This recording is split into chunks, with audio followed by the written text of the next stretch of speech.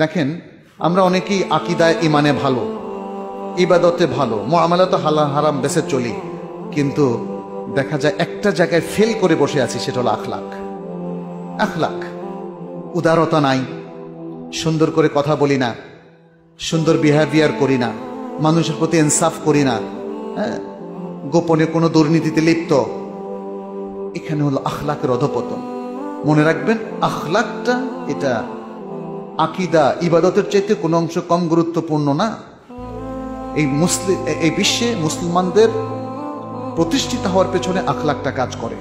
আল্লাহ সুবহানাহু ওয়া তাআলা বলেছেন, ওয়ালাউ কুনতা ফাযযান গালিযাল কলবি লানফাদ্দু মিন হাওলিক, হে রাসূল, যদি তুমি রূঢ়ভাষী, কঠোর হৃদয় সম্পন্ন হতে, তাহলে তোমার চারপাশের মানুষ সরে যেত।